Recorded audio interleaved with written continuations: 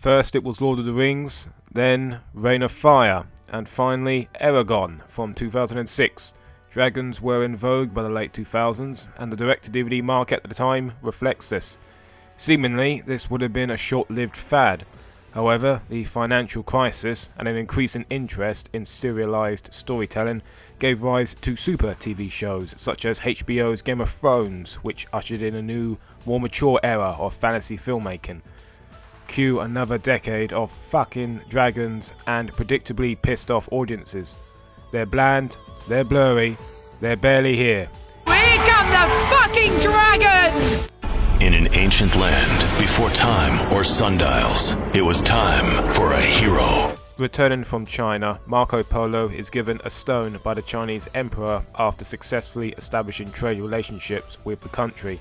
Unknown to Marco, the stone unlocks the gates to the dragon world. When Marco is attacked on his journey and the stone stolen, 2 fire-spitting dragons are released, bent on killing Marco and his companions. A merciless fight between man and beasts is about to begin. 2006's Dragon Dynasty is a made-for Sci-Fi Channel piece of Southern Euro jank, ripping off both Eragon and Ip Man somewhat, with considerable production value, but little of anything else under the hood. Some meme-worthy acting and CGI dragons lacking texture give the viewer little reprise, as the majority of the film is as cliché as it can get, whilst having quite the oddball take of crowbarring in fucking dragons into a Marco Polo biography. Now that takes some serious lethargy on someone's part, and that's a word you're going to hear a lot throughout this video, lethargy. So buckle up, cowboys. Dragon Dynasty has little focus, save for some evil sorcerer out to get Marco Polo, and even then we spend way too much time with secondary and tertiary characters, bland as fuck, as was the norm for made-for-TV movies around this time. Flat performances, a stilted screenplay, and a general why are we even fucking here feeling permeates the experience that is Dragon Dynasty. A depressing watch, but definitely not the Oscar-winning kind. No! In a desperate attempt to save her kingdom from an advancing army of dark elves, Princess Vanir must traverse the haunted forest of Said. With the help of loyal adventurers Kador and Atimar, they encounter the army of elves, a mysterious sorceress, and the powerful dragon that stands in their way. Oh boy, another terrible early Asylum film.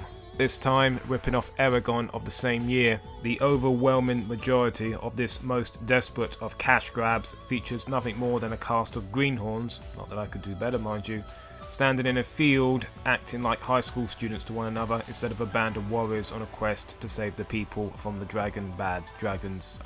Who cares? There are 0 interiors, utterly no change of location. Dragon 06 takes place in some Wisconsin woods, which is actually a whole 6-hour flight from LA, so congrats to Asylum for putting in the effort there.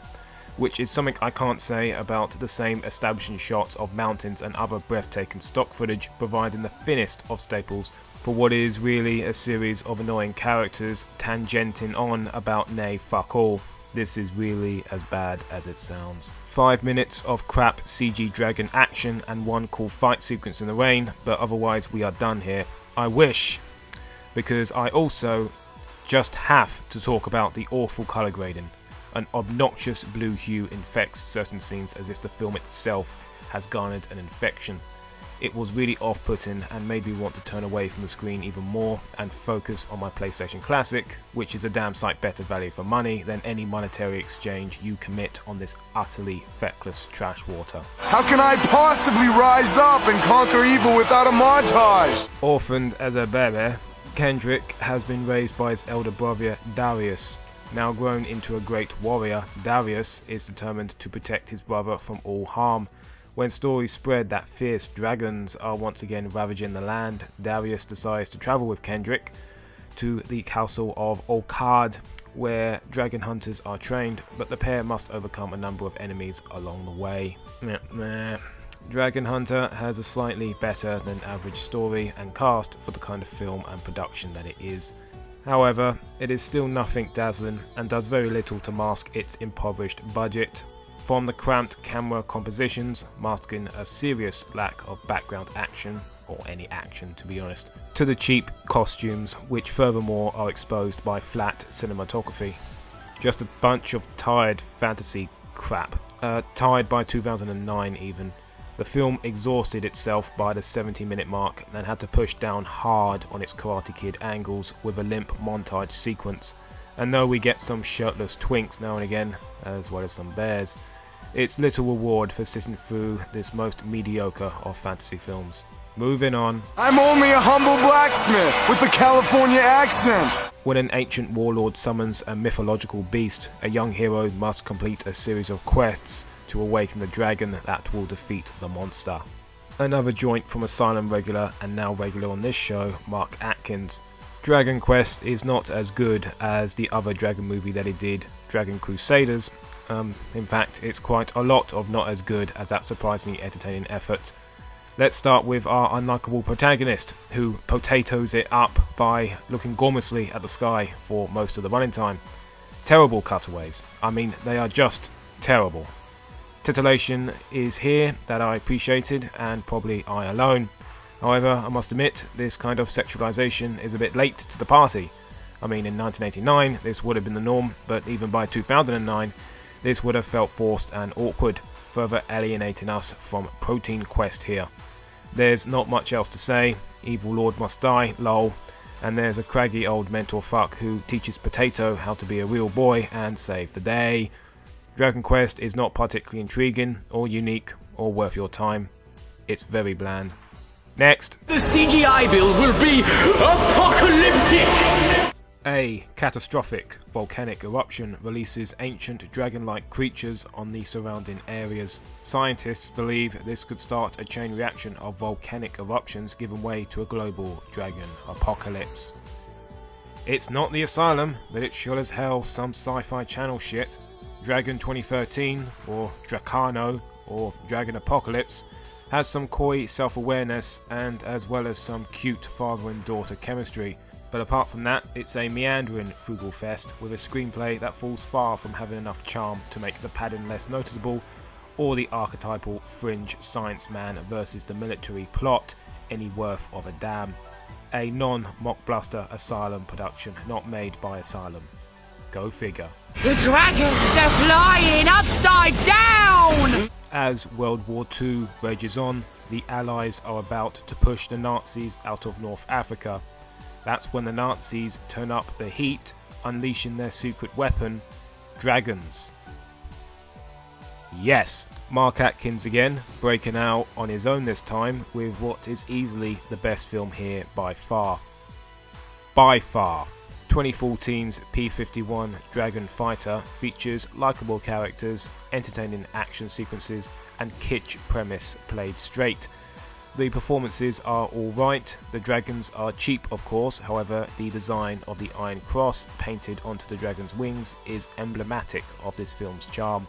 If the concept of fighter pilots versus dragons has any sort of appeal to you, then I recommend Dragon Fighter. It's a time before time! During her wedding ceremony, Princess Myra is snatched by a dragon and is carried away to its lair on a remote island where rescue is impossible. The princess is unharmed and has nothing but a stone cage and a mysterious young man named Arman, who finds her food and drink but keeps his distance from her. Who is he? And what's he doing on the island? Is he also the dragon's prisoner? In time, Princess Myra learns the truth, which both shocks and excites her.